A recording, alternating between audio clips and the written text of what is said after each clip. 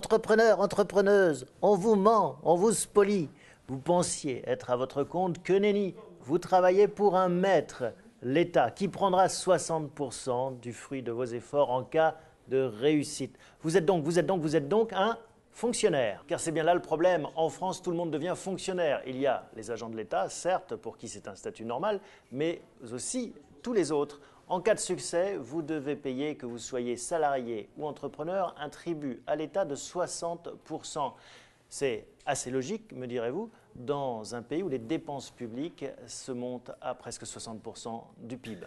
Car c'est bien là le problème, l'État se mêle de tout. On le retrouve à tous les étages de notre vie économique et pas toujours pour notre plus grand bonheur. Un seul exemple, Quero, qui se souvient de ce moteur de recherche européen subventionné par de l'argent public et encouragé par les discours politiques et qui devait concurrencer Google. Qu'est-ce que c'est devenu Quero? Tiens, il faudrait peut-être taper dans Google, voir si on trouve quelque chose.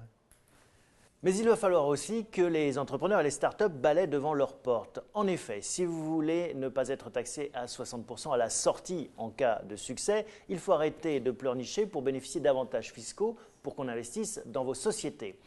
Il serait en effet plus logique que investisseurs et entrepreneurs payent et assument entièrement leurs risques à l'entrée, quitte à justement bénéficier pleinement de leur succès en cas de réussite.